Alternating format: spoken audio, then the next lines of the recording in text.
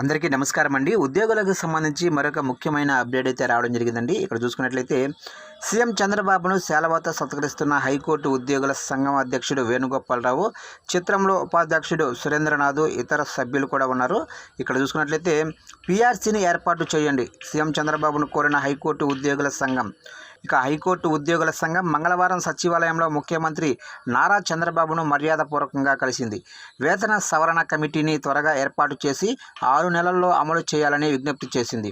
27% మధ్యంతర భృతి మంజూరు చేయాలని కోరింది. డిఏ బకాయిలను త్వరగా విడుదల చేయాలని, మెడికల్ రీయింబర్స్మెంట్ కింద ఇస్తున్న 2 లక్షలను 10 లక్షలకు పెంచాలని అభ్యర్థించింది.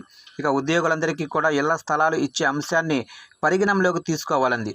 హైకోర్టు విజ్ఞప్తి మేరకు అదనపు ఉద్యోగాలను మంజూరు చేయాలని వినతి సమర్పించింది.